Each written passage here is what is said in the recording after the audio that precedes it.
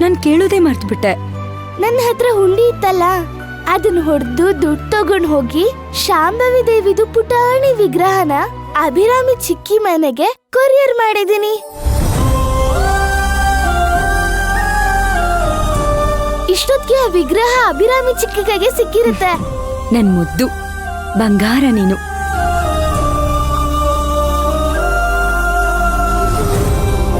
ಹೌದು, ಆ ದೇವಿ ಕರುಣೆನೇ ಇದು.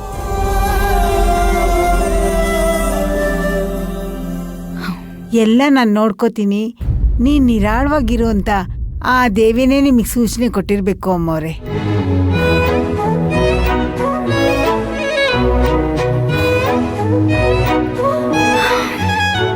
ಹೌದು ಕಮಲಮ್ಮ, ಅಭಿರಾಮಿ ನನ್ ಜೊತೆ ಸರಿ ಹೋಗೋವರೆಗೂ ನನ್ ಪ್ರಯತ್ನ ನಾನು ಮಾಡ್ತಾನೆ ಇರ್ತೀನಿ.